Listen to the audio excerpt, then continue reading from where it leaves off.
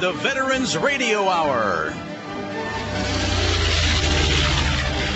Brought to you by Dallas Corporation for all your corporate printing needs, and by GIM Productions, creating internet solutions. Websites can do that.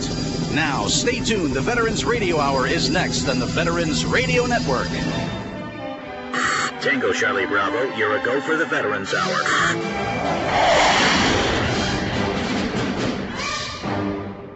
So your company has a website. We are all familiar with how the web can be used to showcase information. But did you know the web can also be used as a medium to actually do something to help your business? GIM Productions delivers custom web-based technology and applications to meet the needs of your company. We have the experience and the expertise to deliver web applications, e-commerce solutions, and interactive multimedia. GIM Productions can help you in making difficult technology decisions. We work to make web technology work for your company, and we will be there along the way to support you as you grow. Our comprehensive team includes talented programmers, software developers, graphic designers, and network specialists that strive to bring you the best. Contact us at our toll-free number 1-887-256-6914 or email us at info@gimproductions.com.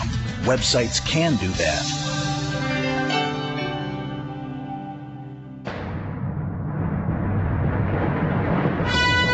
Welcome, one and all, to the Veterans Radio Hour. It's our tribute to all of those who served our great nation's armed forces, past and present, and their tremendous accounts of heroic duty and bravery.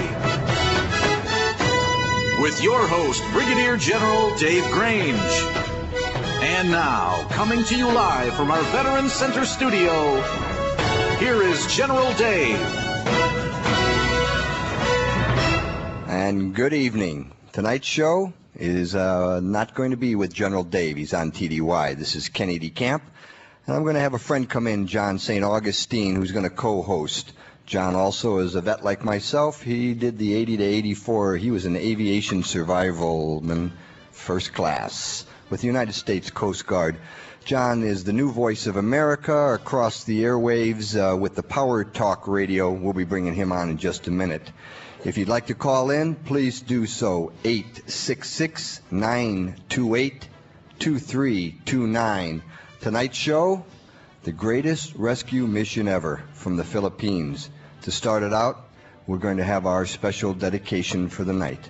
And I'm going to bring in Lambert Matias, our Filipino good friend that's helped us put this whole show together. Lambert. Thank you, Kenny. Our dedication tonight is to the American and the Filipino POWs who fought valiantly at Bataan and Corregidor, to those who suffered through the march and the camps at O'Donnell and Cabanatuan, to those that risked much and were dedicated to freeing the POWs, but especially to those who paid the ultimate price and sacrificed themselves in the name of freedom and honor. This story of valor and this dedication is much too long to recount, but much too important to forget. For our story of valor this week, we only ask that you inform yourself of this whole chapter in American and Filipino military history and honor those involved by remembering and passing along those memories for generations to come. Here is today's military quote of the day, brought to you by support from retired Lieutenant Commander Adrian Rubinkowski. The quote of the day is from Lieutenant Colonel Henry Mucci. He was speaking to the Army's 6th Rangers, that's 121 Rangers, right before the mission to rescue at Cabanatuan. And the quote is, "You had better get down on your knees and pray. Damn it, don't fake it. I mean pray. And I want you to swear an oath before God. Swear that you'll die fighting rather than let any harm come to those POWs." You're listening to the Veterans Hour with retired Brigadier General Dave Grange. And now, back to the broadcast. Once again, it's Kenny DeCamp sitting in for General Dave tonight, and we're going to have quite a show dealing with the Philippines World War II, that death march of Bataan that ended up in a very strange and sad Camp Cabanatuan in the Philippines. And with us tonight, I actually have some survivors from Cabanatuan. Out in the audience is Pedro Molina. He was a survivor from there. And sitting at the table with us is going to be Jose. Wachan, also a survivor of the death march, someone who was able to escape. Greg Matias is in our audience, too. Hopefully we'll get him up to the microphone a little bit later. He grew up around Cabanatuan as a teenager, seeing a lot of what was happening and trying to understand a little bit more as he could. And then also at the desk with me tonight is going to be Jerry Clarito, the Executive Director of the Illinois Veterans Equity Center. It's a group that's organized to honor the valuable contributions that the Filipino Americans were able to do with us during this troubled time, beginning in 1941 and on its way until the end of the war in 1945. We're going to start out tonight with a very special couple guests right now. We're waiting for a couple more to call in as well. But on the phone with us is Forrest Bryant Johnson. It's a name that only certain people know, and a lot of those that do know it are very impressed because of the book that he wrote many years ago. 1978, I believe, was the first publishing, The Hour of Redemption. And he was a retired Army captain. It's a major source for the best-selling book Ghost Soldiers, because it was actually the gripping narrative chronicle of the U.S. Army Rangers that led the raid on Cabanatuan at the POW camp in World War II.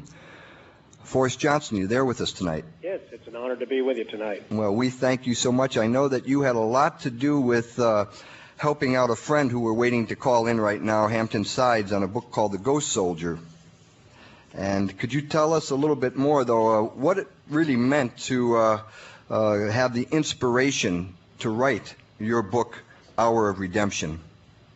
Well, I became quite emotionally involved in this story, starting back at the time I lived in Melrose Park and got to know some of the fellows in Maywood who were survivors of Cabanatuan and a number of other camps from the old tank battalion. And that probably got me started in doing deep research into the story. I've been studying it to some degree for many, many years, but that was the time that I really got involved in it. Well, and, from then, it went on to many other things. And I see here some of our Filipino friends have already raised their eyebrows when you mentioned Melrose Park and Maywood. So you had probably had a good interaction with quite a few of the Filipinos from there that lived in this area.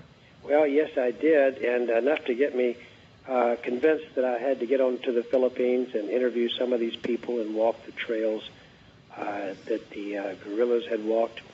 And that's when I had the opportunity to meet then Captain Bahota during the war times. And then, as you know, later he came to live with me in the Chicago area, and we spent a year before he passed away researching the story. And it furnished me a tremendous amount of data.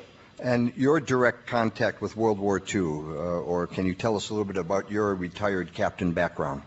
Well, I was just a kid when this was going on. In 1945, I was 10 years old, and my father used to say, I'm going to point out something important to you each week and show you where it happened.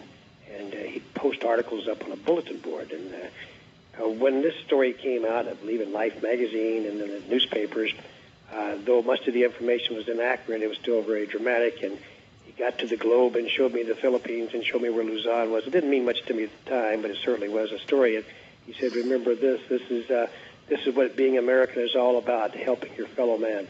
Mm-hmm. On the phone with us also, Forrest, is retired Major Richard Gordon, commander of what they call the Battling Bastards of Bataan. Are you there with us, Richard? Yes, we sure are. Well, thank you for calling in tonight and letting us know a little bit about what and all that you did. Could you? I have to admit, being a Vietnam veteran, I have never heard the term Battling Bastards of Bataan. Yeah, well, that term was coined by an Associated Press writer by the name of Hewitt, Frank Hewitt. Mm-hmm. And he was a strong favorite of General Wainwright. He was with him all during the Battle of Bataan and eventually evacuated. But while he was on Bataan, he came up with that little ditty, the Battling Bastard of Bataan, no mama, no papa, no Uncle Sam. That's in the days when people pronounced Bataan as Bataan. And so it rhymed with Uncle Sam. So it hung in there, and it's been sort of a battle cry down through the years. Now, it says here you were the commander of the Battling Bastards. Yeah, we have a group of veterans of Bataan only, and their relatives, some associated guests that want to be part of it. and we formed a group known as the BBB, the Battling Brass of Bataan, about 12 years ago.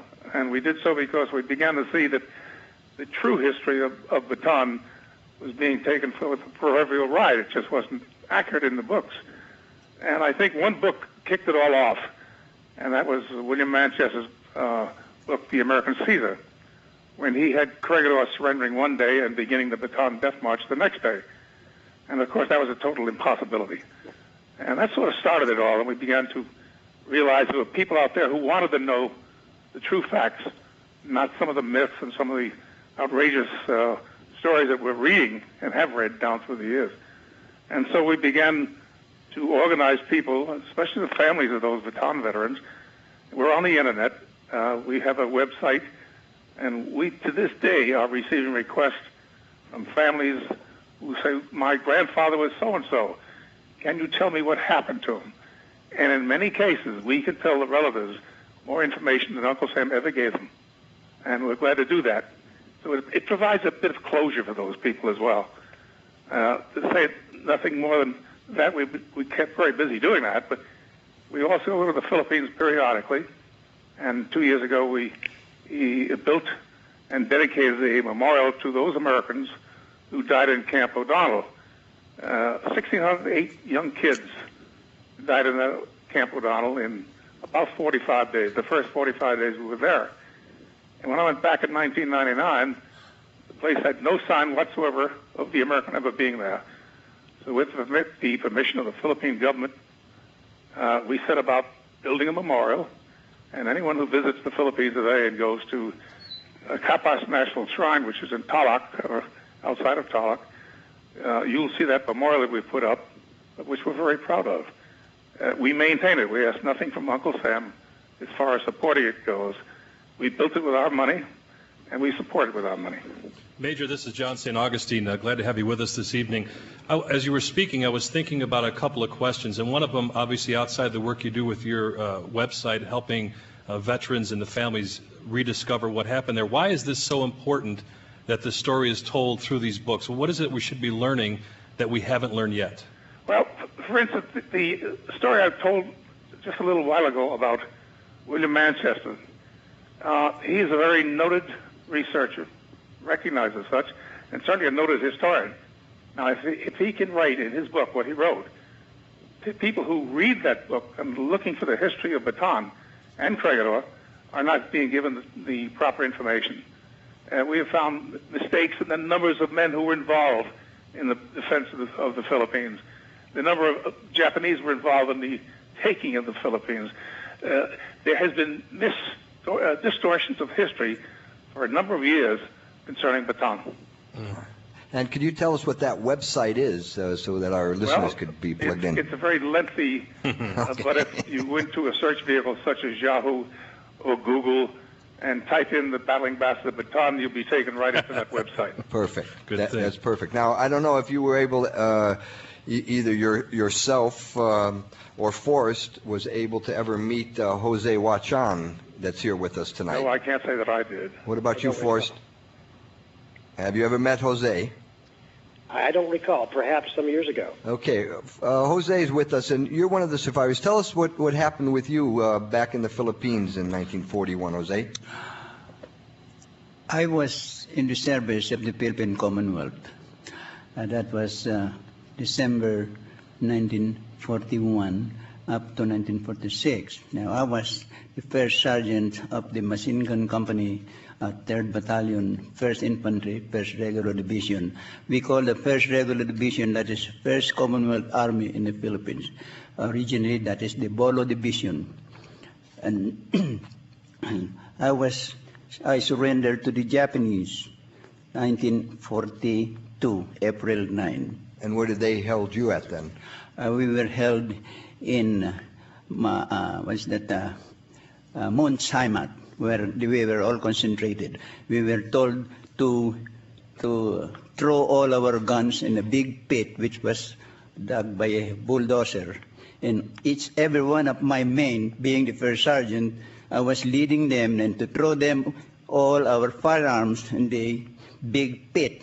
As soon as we passed through there, they just covered that with gravel so that nobody could see it. And then we were brought concentrated way back at Limay, where we are all concentrated to start the death march going to Camp O'Donnell.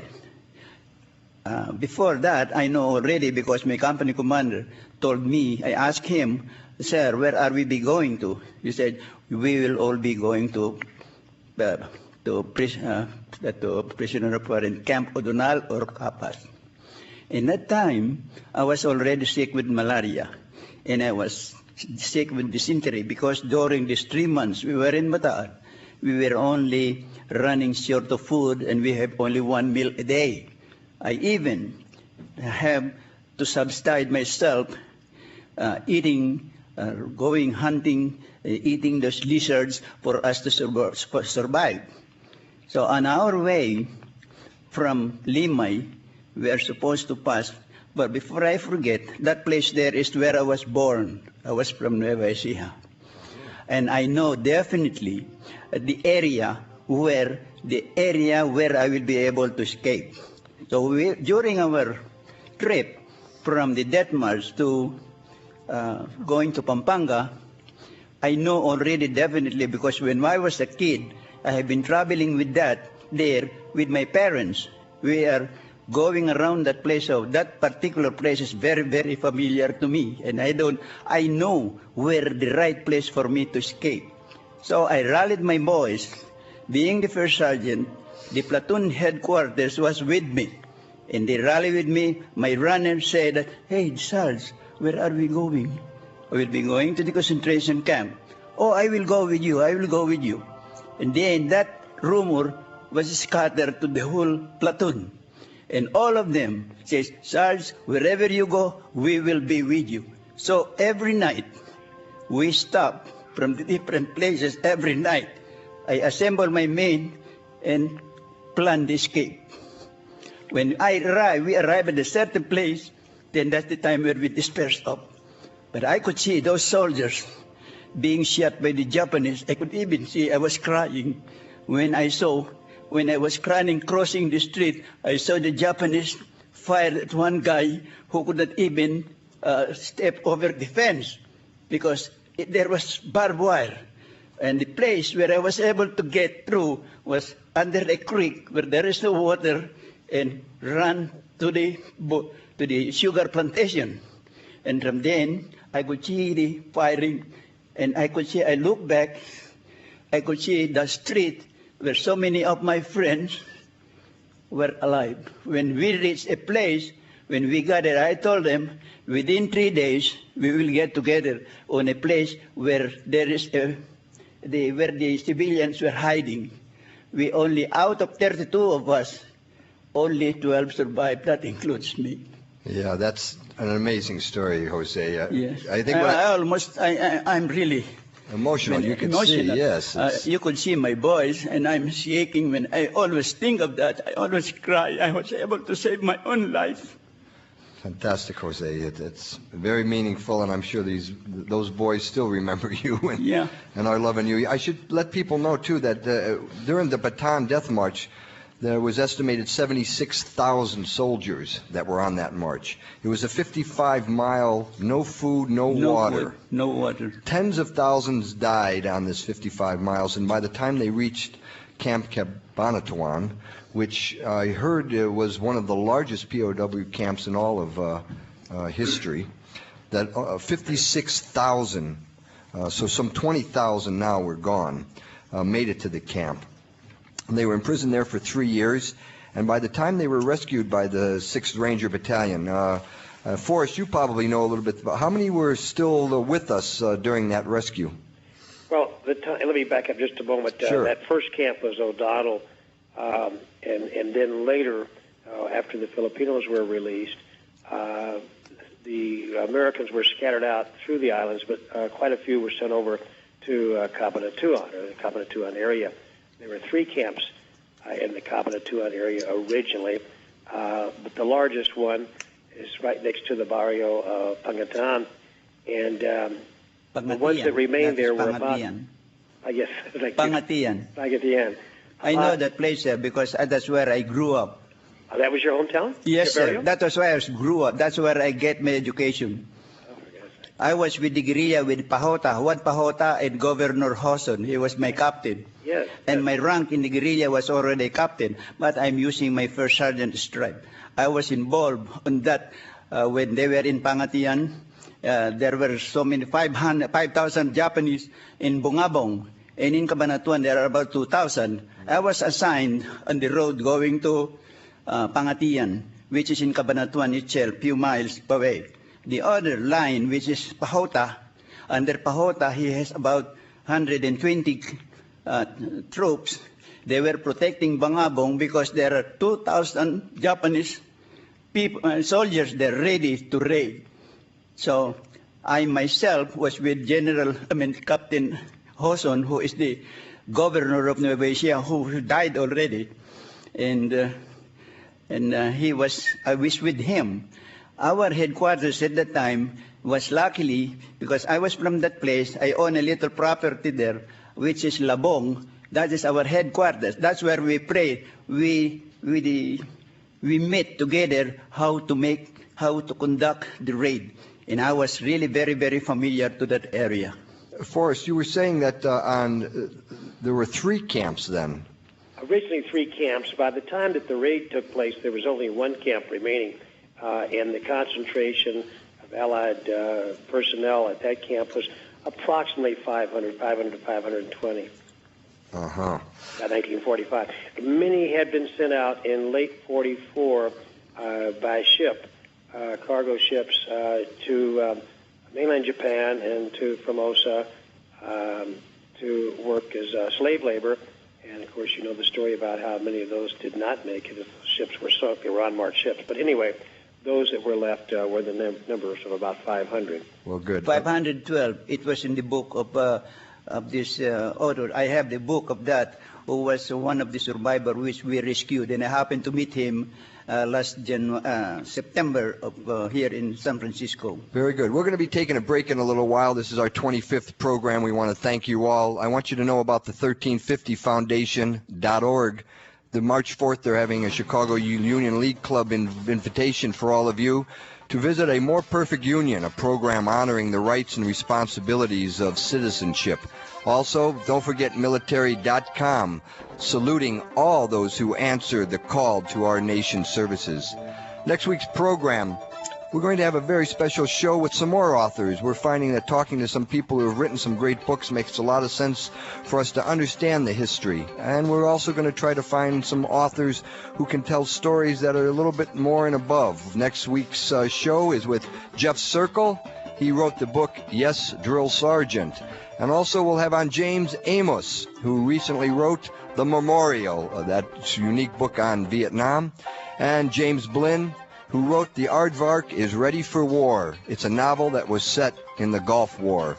So come back. We'll be back with you right after this commercial. At ease, soldier. The Veterans Hour with General Dave will settle in again after a short break on the Talk Radio Network.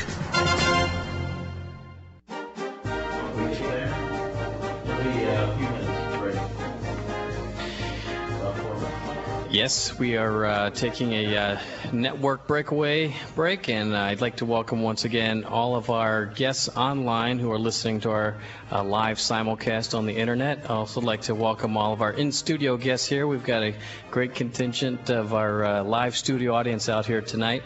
And I'd like to remind everybody, if you are in the Chicagoland area, any given Sunday night, you are more than welcome to attend our live audience here for the Veterans Radio Hour. We typically have a little reception get-together before our broadcast every week where we can meet our in-studio guests and have some refreshments and hors d'oeuvres, things like that. So if you're in the Chicagoland area, if you happen to be passing through on a Sunday night, please stop in and be more than welcome to partake in our live studio audience. Again, we've got a great show tonight. We're just taking a network break. It's the greatest rescue mission ever. The Philippines is our show tonight with guests Forrest Bryant Johnson, the author, Major Richard Gordon, who is the commander of the Battling Bastards of Bataan, and Jerry Clarito, Jose. We've also got Greg Matias here with us, and also of course, our live entertainers. Is that we're coming back in? Is that what you're telling me? Oh, okay. All right. Well, stay tuned. We've got more great radio coming up for you, so stay with us, please.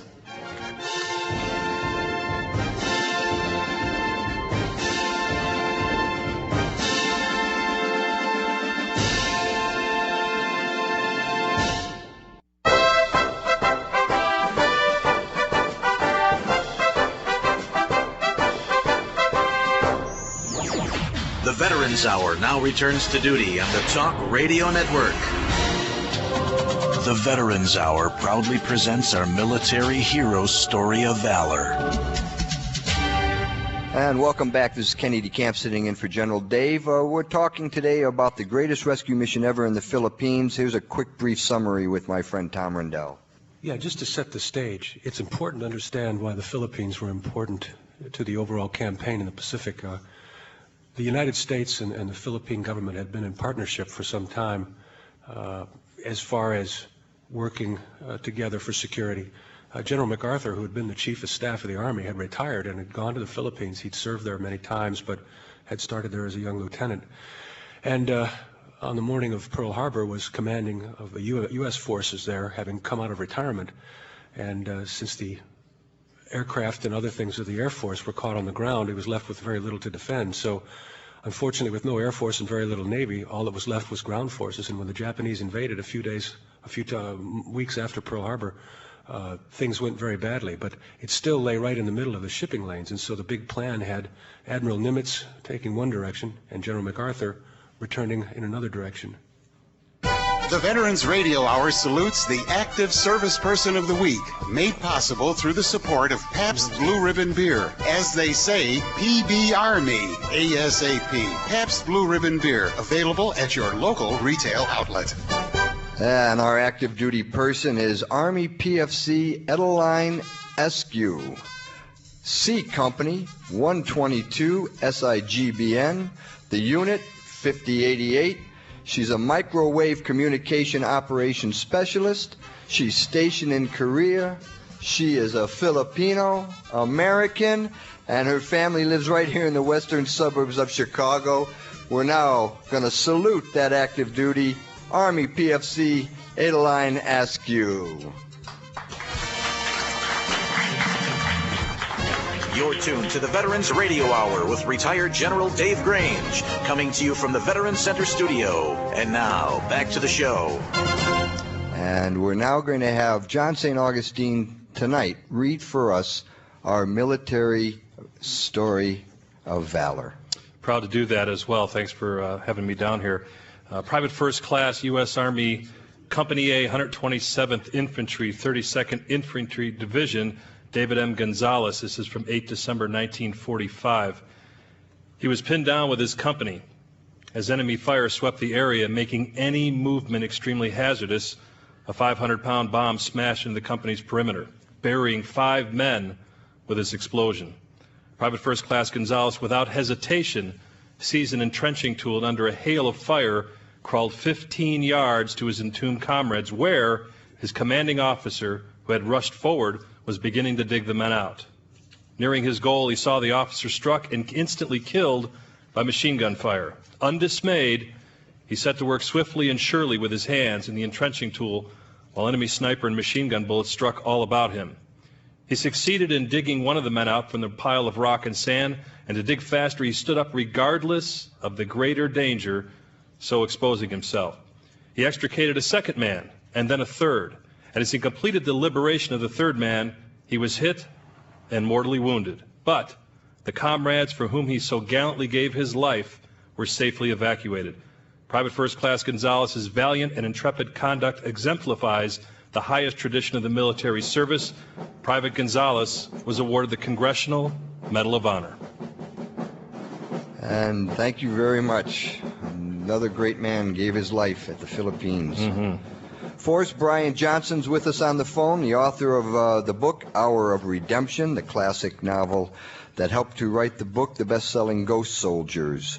Also with us, Major Richard M. Gordon, the commander of the Battling Bastards of Bataan. Sitting at the table here with us, I want to bring in for a moment Jerry Clarito, the executive director of the Illinois Veterans Equity Center. I think, John, you had a question for Jerry to find out a few things. Jerry, what's the currently going on with the veterans from that in the Filipinos area, and what is it that you provide for them, and how's it going these days? It goes back to the Rescission Act of 1946, wherein the Filipinos' services in the military service were deemed not active service for purposes of getting the benefits from the Veterans Affairs. So from that time on, there are about now 45,000 living Filipino veterans of the Second World War. So we look at it that their services were deemed not an active service. So basically their services of the Second World War, just like what we were saying here before, the importance of the contributions of the Filipino soldiers during that time, the timetable of the Japanese was delayed for 3 months. And basically they held at least 100,000 Japanese soldiers inside the Philippines, which could have been used in other areas. Absolutely, yeah. So we're looking at this as an injustice to the services of the Filipinos. So there is now a bill in Congress. It's called H.R. 677, which is called the Filipino Veterans Equity Bill of 2003. And we've been doing this all along for a decade now. It's been recycled, and it looks like in 1997 we were able to get at least 209 co-sponsors of that same bill. However, it was just reintroduced last February 11 of 2003, and we got at least 25 co-sponsors immediately, and 4 coming from the members of Illinois members of Congress, John Sakowski, Danny Davis, Luis Gutierrez, and Lane Evans. So this is what we are asking actually. We are appealing to all soldiers who fought in any war to consider the blood brothers by asking their members of Congress to sponsor H.R. 677, which is the Filipino Veterans Equity Bill of 2003. Can you give me a little history on how it came to be that the Filipinos started to fight with the Americans? How did that happen? Well, the Philippines is considered a colony at that time. So in 1901, the Philippines was actually taken from Spain. So from that time on, the program of the U.S. was to educate the Philippines and teach us how to govern ourselves. So in 1935, there was this Tidings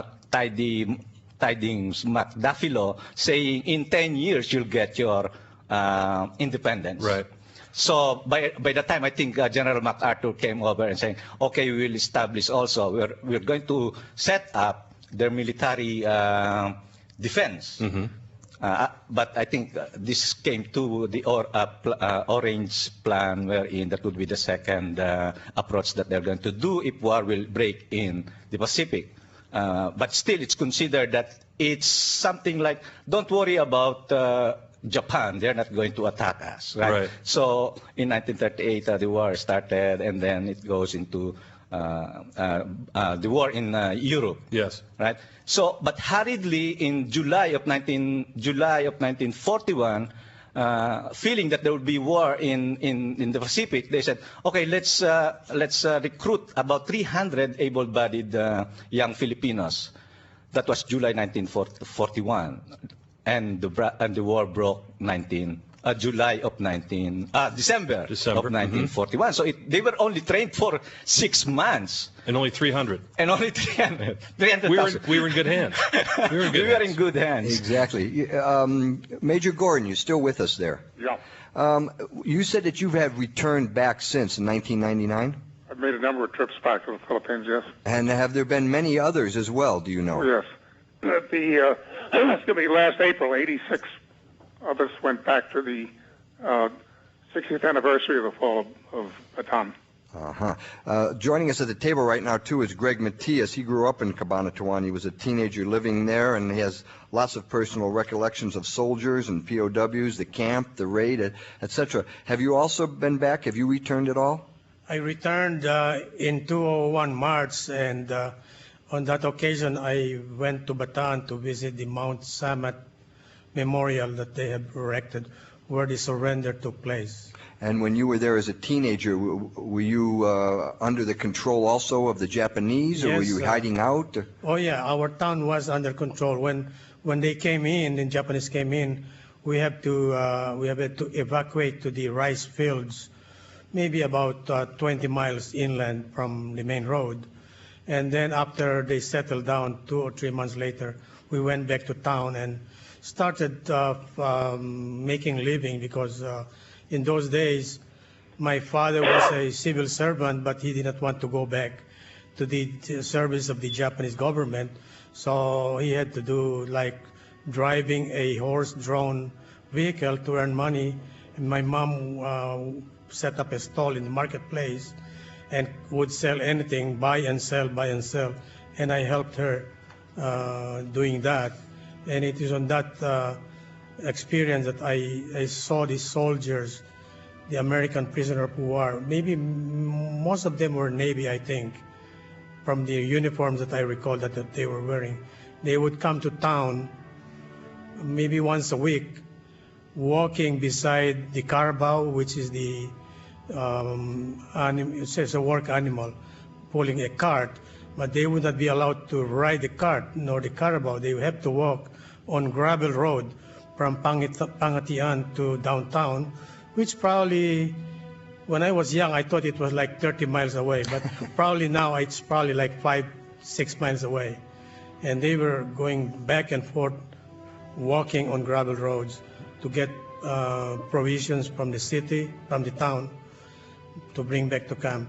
Mm-hmm. Jose, what about you? Have you returned there as well? Yes, sir. I was, when I was a prisoner of war, I was able to escape. And then I went home. When I went home, my house, my mother thought that I was a ghost, because they know that when Murphy was bombed, it was put in the papers, the whole occupants of M Company, which is the last building, which was directly hit.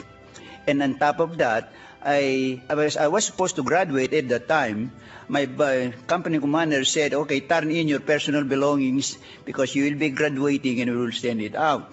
So when I arrived in the Philippines, I was able to escape. My mother thought I was already dead. And that was 3 months. There was already several, a memory for him. So she fell down and he thought that I was a ghost. But my brother saw me, and he said that my cousin, oh, that's Joy, I thought he died. And then my mother, who is when the soldiers there, the Filipinos, the Japanese are trying to gather all those who escaped. And my mother told me to surrender to the Japanese. And I told her, no, Mom, I have a sworn statement to the United States government. I will never surrender to the Japanese. So I ran up on the hills. That's where I joined the guerrillas. Good for you there, Jose. I was involved on the rescue of these 512 prisoners of war in Cabanatuan City with Governor. Forrest, when we come back, we're going to want you to talk a little bit about how the Rangers got involved with the Filipinos for this final raid. We're going to be taking a quick break in just a few minutes. Once again, we were hoping that Hampton Sides was going to call in with us, and possibly will be, and as our show goes on, we'll be leaving the airwaves somewhere around 9:59, but then we'll stay on for another 20 minutes with our website, veteransradiohour.com. You're listening to the Veterans Hour on the Talk Radio Network.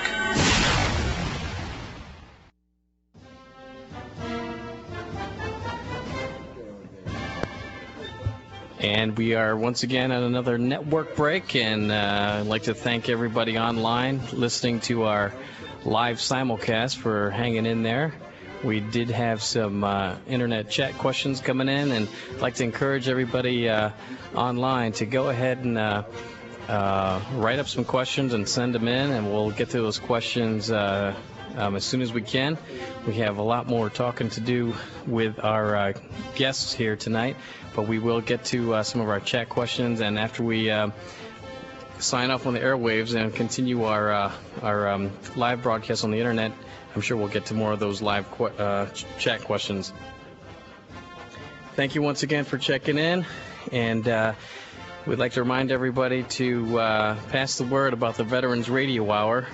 And we have some great guests tonight. We also have some great topics to cover.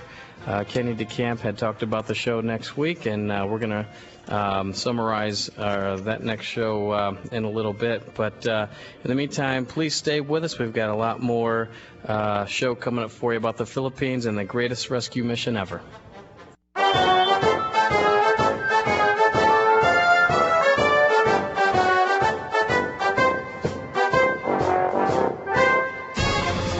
The Veterans Hour now returns to full readiness on the TRN Talk Radio Network. And we're back live. General Dave's not in today. This is Kenny DeCamp sitting in for him. We're talking about the greatest rescue mission ever in the Philippines, from the battle, the Death March of Bataan, all the way to the raid that took place to secure the POWs from Camp Cabanatuan. And right now I want to bring on Forrest Johnson, if you can come back on with us for a minute, and tell us a little bit about how the Rangers and the Filipinos worked together on this raid.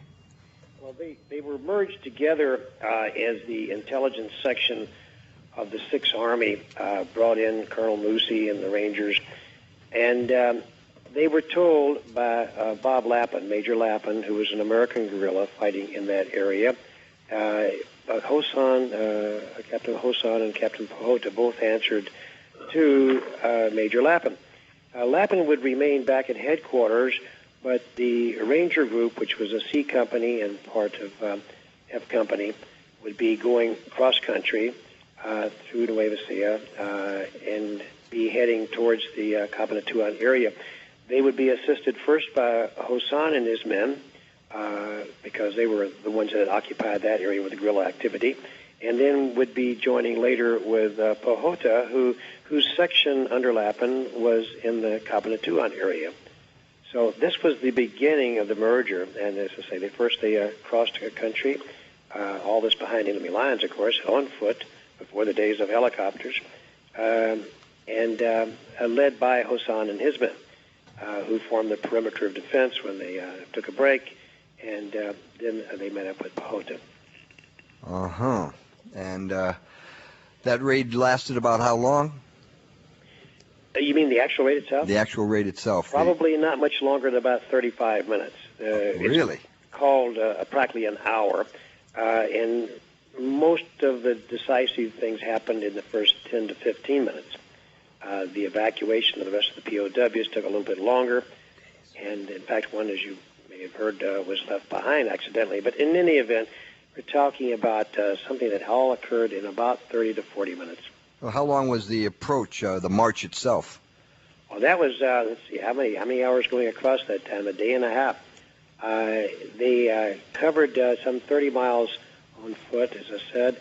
And then when they arrived in the area, Pahota and his scouts informed the Rangers that it would be suicidal to attempt to attack the camp that night. They would have to wait. They had planned to go ahead and attack that night.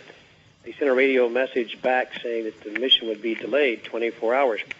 The reason was there was a tremendous amount of troop movement going along the main highway from Cabanatuan City north, past the camp, and a Japanese battalion had bivouacked at the Kabu Bridge area just north of the camp. So if they had tried to attack that night, they would certainly have been wiped out, and so would have the prisoners.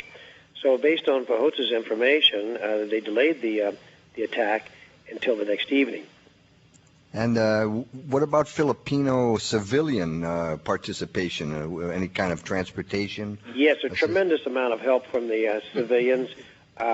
Some were nurses and doctors, such as Dr. Layug, were on duty immediately. Well, Layug was part of Pahota's army anyway. He was a sworn member of the American Army.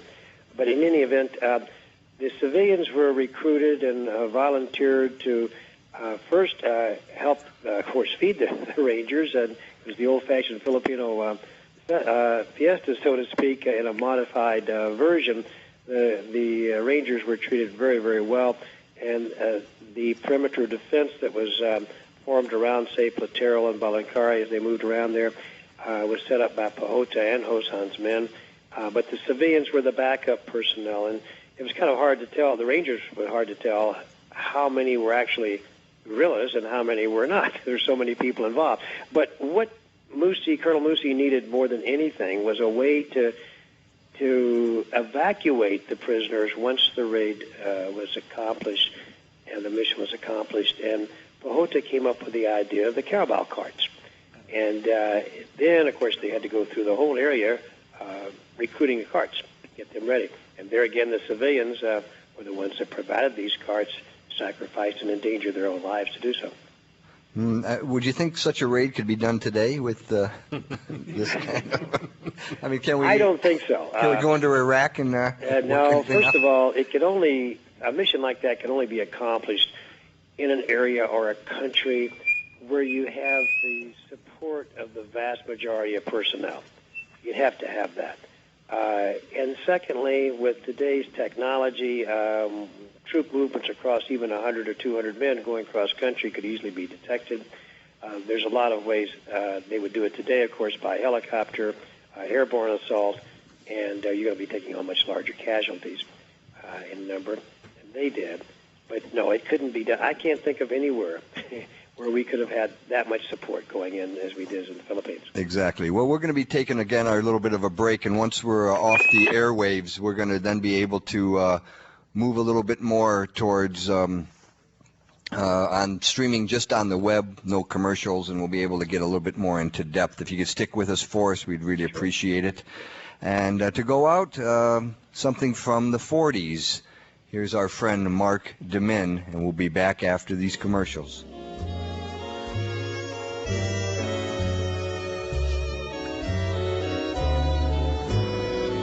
A little Glenn Miller for your pleasure. When I hear that serenade in blue, I'm somewhere in another world alone with you, sharing all the joys we used to know many moons ago. Once again your face comes back to me, just like the theme of some forgotten melody in the album of my memories. Serenade in blue. It seems like only yesterday, the small cafe across... And you've been listening to the Veterans Radio Hour. Join us next week again for another edition of the Veterans Radio Hour, live from the Veterans Center Studios. Good night. So, tell me, darling, is there still a spark, or only lonely ashes of the flames we knew? Should I go on whistling in the dark? Serenade, I'm sorry, in blue.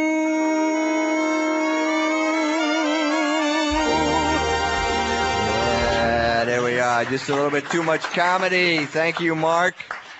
Thank you, Kenny. We like to end some of our shows with a little bit of sound, music-wise, all the intensity that takes place on the Veterans Hour, all the things that we learn and all the things that we go through. Some of the stories tonight Just totally unique. We had hoped to have had Hampton Sides with us, the author of Ghost Soldiers, but something complicated must have come up. We want to thank Major Richard Gordon for being along with us, the commander of the Battling Bastards of Bataan. And Jerry Clarito is still going to be sitting with us here at the table, along with Jose Huachan, some people helping out with the Philippine-American way of life that we need to balance. As well as Lambert Matias is here with us. Lambert works with the Veterans Radio Hour, and he was the one who came up with why we should be doing a show like this. And I see on the phone, too, Jay Greeley has called in now, so we'll be opening it up a little bit more. Lambert, why don't you talk for a few moments? Kenny, I'm a very proud Filipino American. I'm first generation American born. Born in Baltimore, Maryland, 1965, and I have a personal interest in this whole subject matter because my entire family on my dad's side is from Cabanatuan. My Uncle Greg was up here talking about some of the things that he remembered, growing up as a teen in Cabanatuan. But I wanted to ask Forrest a question. Forrest, are you there? Yes, I'm here. Good to have you with us, Forrest. I wanted to ask you, how long did it take you to research the information for your book? Originally, it took about 6 years. Now, we're going back before the days of laptops and PCs, so most of it had to be done by hand. That is, phone calls, letters, telegrams, and personal visits and personal interviews.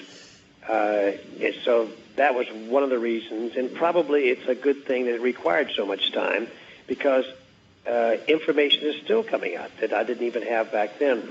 As I mentioned to you, when the first book was published in '78, I continued to research this story or gathering any bits of information that would come along, and started revising the book. And then when Time Warner picked it up last year and re-released it this past September, I had those revisions incorporated. I felt a lot better about it. There had been a few changes and a few names I needed to add. So we took all that time, I'd say a lot longer than 6 years. And what are you now doing? Are you still writing at all, Forrest? I'm working on novels right now. I've got a nostalgia novel that I've been working on. This is complete now, and I'm searching, playing around with 2 other nonfiction stories that I'm thinking about getting into. And I also run a desert tour business out here in Las Vegas. A desert tour business? Take people out to the desert in Hummers. And bring them back, by the way. Yeah. And what kind of vehicles do you use to take we use Hummers. Of course. Each one. Yeah, right. Of course, you real would. Thing. We've got a call on the line. Jay Greeley, are you there with us? Sure. Yeah, you got a question coming in? Well, I think the biggest question is what was the morale of the troops when MacArthur left, and then left, is it General Wainwright, or I'm trying to think of the general's name that it was left there? What about Jose? In charge of the Philippines. What was the morale of the soldiers? Did they think he was coming back, or, the prisoners? Yeah, Jose, would you know anything about how did you feel yourself about General MacArthur and whether or not you thought he was coming back to the Philippines? And Well, we know definitely that MacArthur, before he left, he said, I shall return. That we have that always in our mind.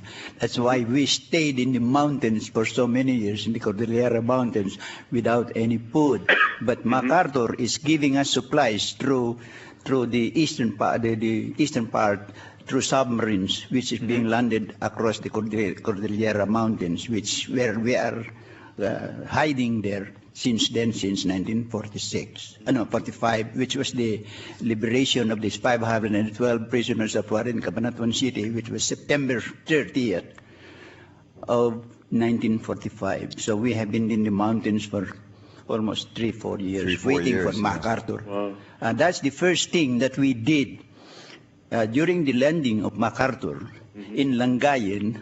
Our job there, the guerrilla, was to assign each and every guerrilla unit in the road, the Manila North Road. They were assigned in the bridges.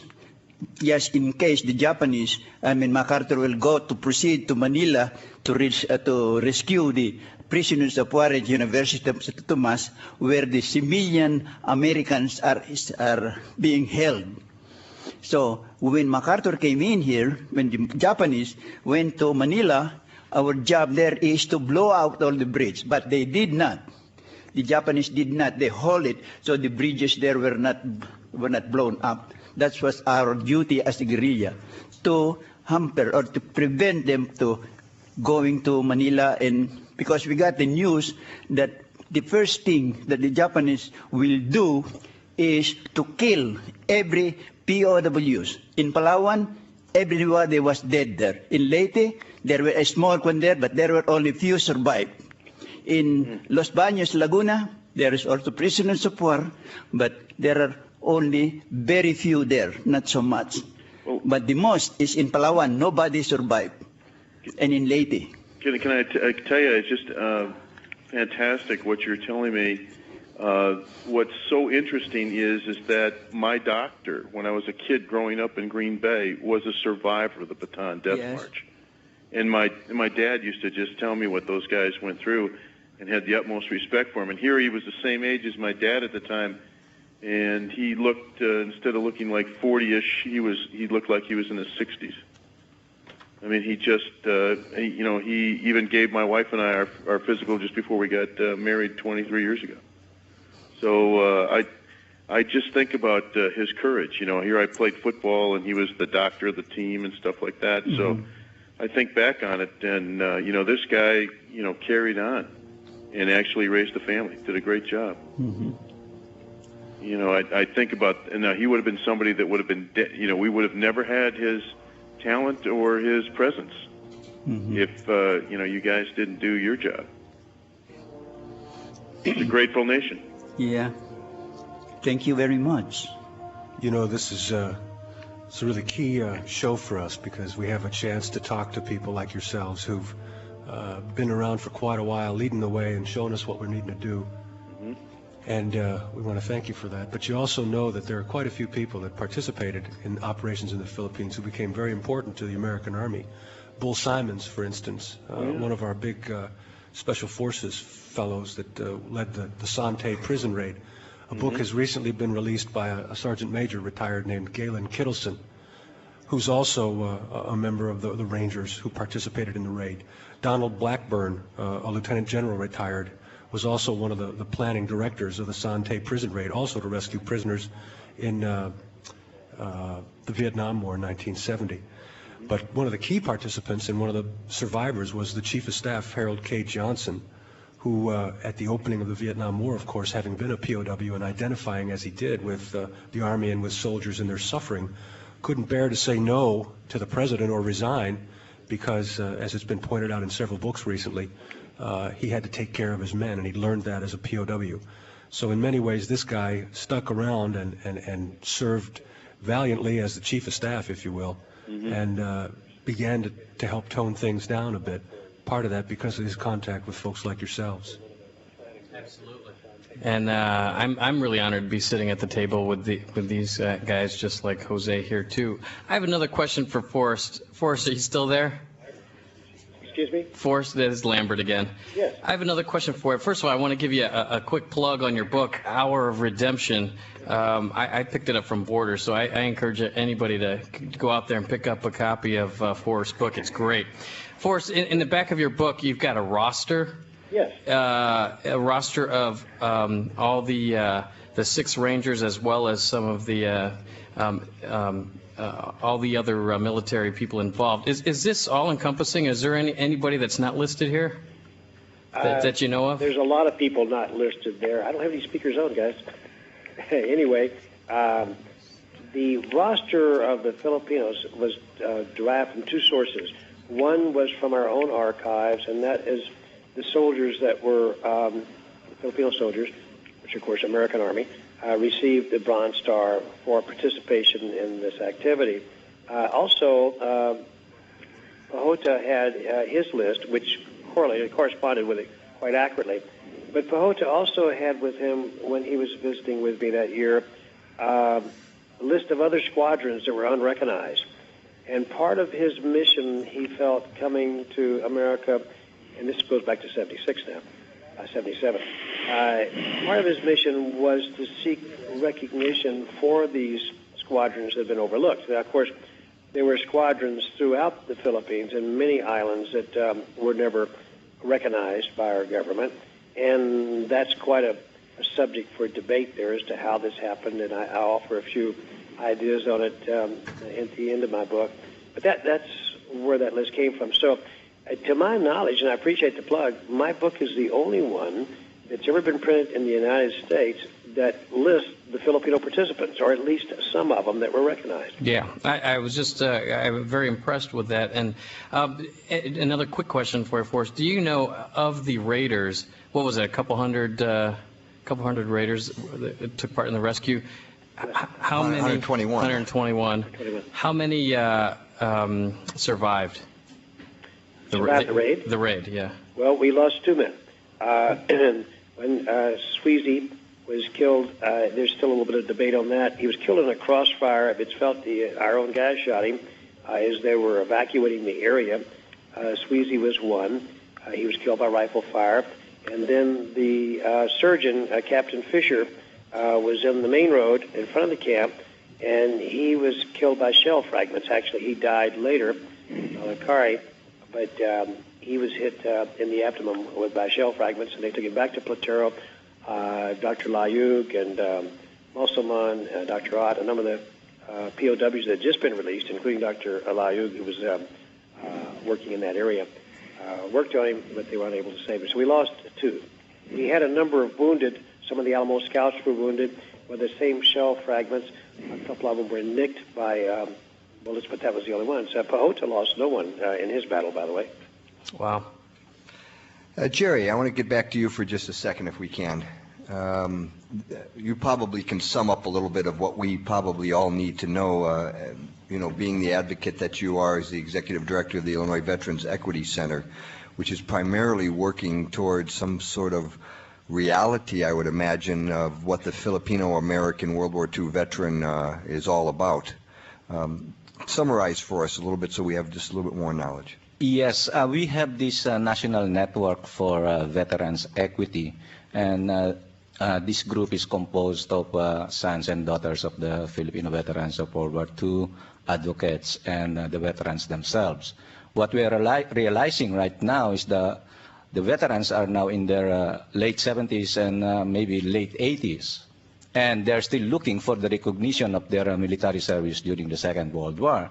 And this is translated into the health and pension benefits of the Filipino veterans that they are not receiving, that their blood brothers are receiving.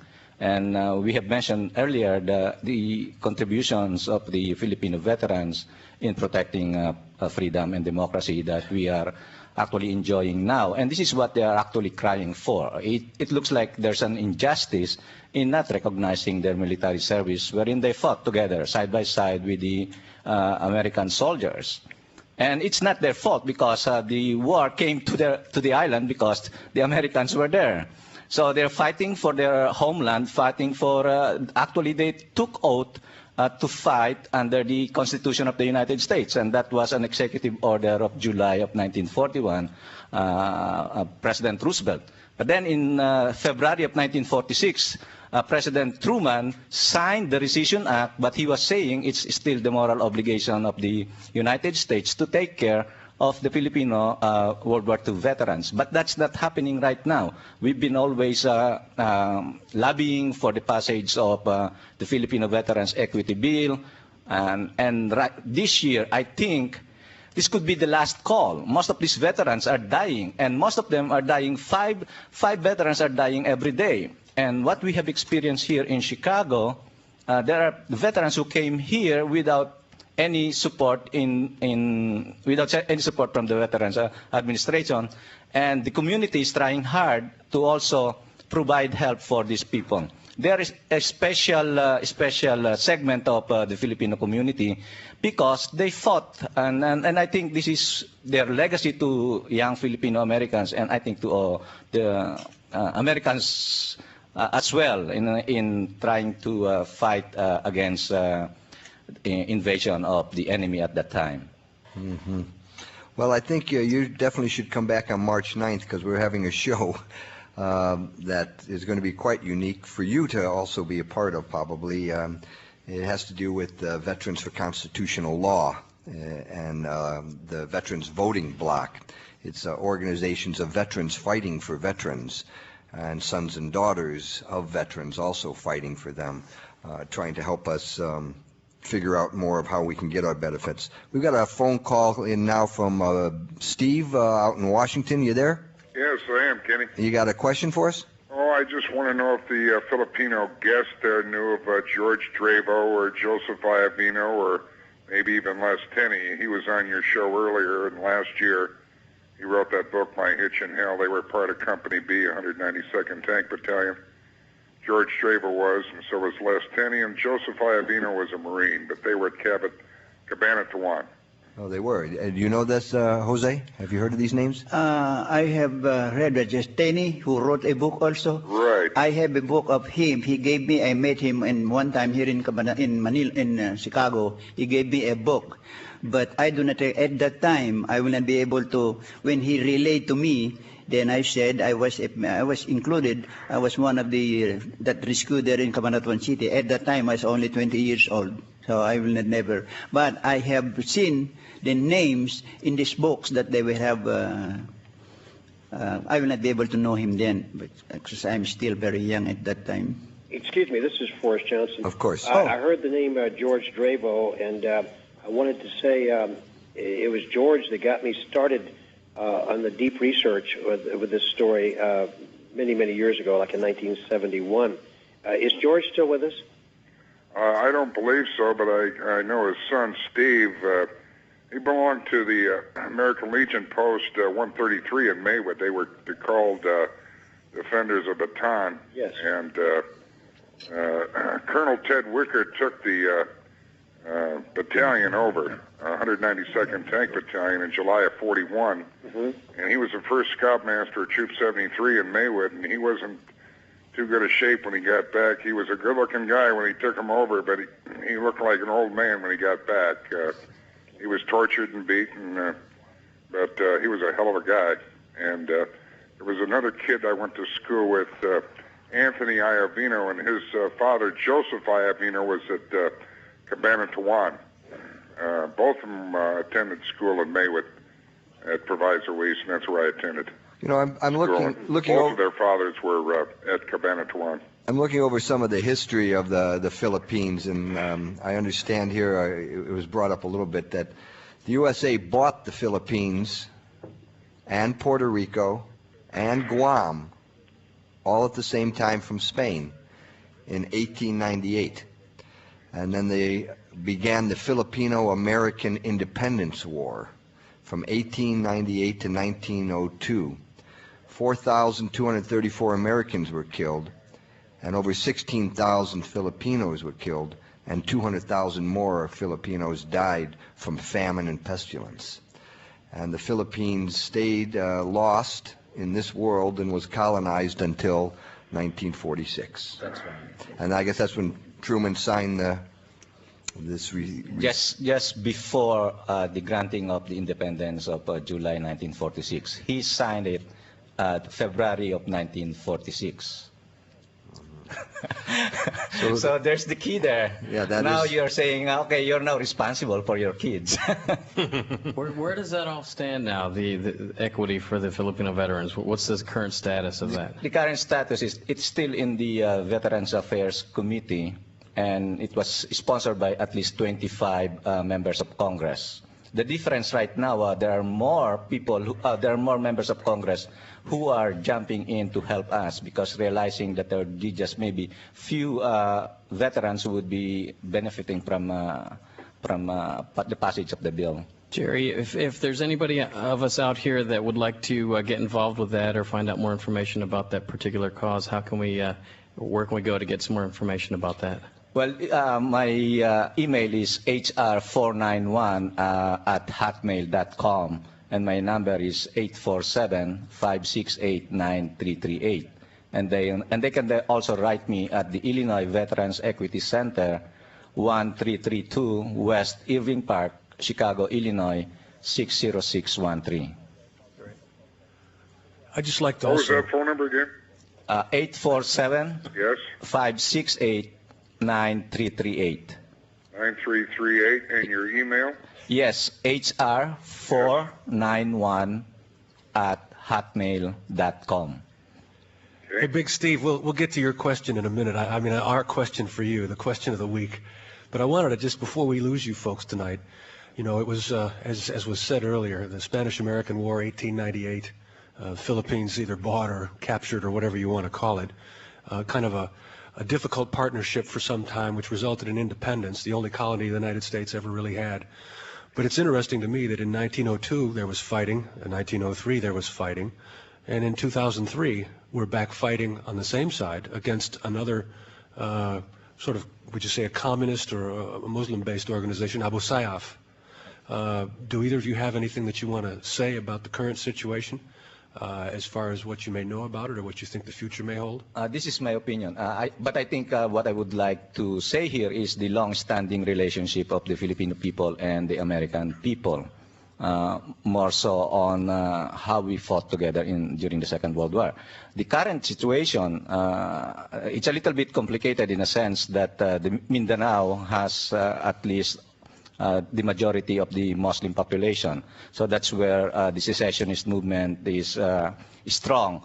At the same time, the Abu Sayyaf, which is a splinter group, looks like has a connection with the terrorists. So that's a separate issue, because I think the Muslim has a real quest for secession in the Philippines, because they've never been taken care of the central government. I want to thank everybody for being here tonight on the Veterans Radio Hour. Wished General Dave was with us tonight. He probably would have really enjoyed this and added a lot to it. Forrest, Brian Johnson, I want to thank you so much for being a part of this. Everybody pick up his book, The Hours of Redemption. Also want to thank Major Richard Gordon, our commander of the Battling Bastards of Bataan. Jerry Clarito, who's been so eloquent here tonight, talking for the Filipino American, the executive director of the Illinois Veteran Equity Center. Greg Matias for coming down and talking for a little bit, that teenage guy who was running around Cabanatuan during all this time. And Jose, you are one hell of a guy. Amen. You are a good one, buddy. Well, I just tell what really happened. I have met this Forrest Johnson, this Camp Gerarde. You remember me, Forrest? I'm sorry, I must apologize, Jose. Once I heard I just got your letter. Yes. I just got your. He's a good-looking guy. Yeah. We met in Missouri just a few months ago. Yeah, well, I was there in the reunion of these Rangers. I remember you well. And Bugsby sent me a letter also, asking me to write those veterans who are survived. I got their signatures, and I got those pictures he sent me. And the newspaperman that interviewed me, he sent me a copy of that Independence newspaper there, in this couple of Missourian writers. I got all those things. Thank you very much that you still remember me. And a great big thanks to John St. Augustine for coming in, the new voice of America, Power Talk Radio. Keep listening for him. We're glad he was here. Lambert Matias, you pulled it off. I want to thank all of Lambert's family and his girlfriend and everybody out there. I mean, really great. And once again, Mark them in for singing. Another great show. Veterans Radio Hour. See you here next week. Thanks, Forrest. Thank you, sir. Yeah.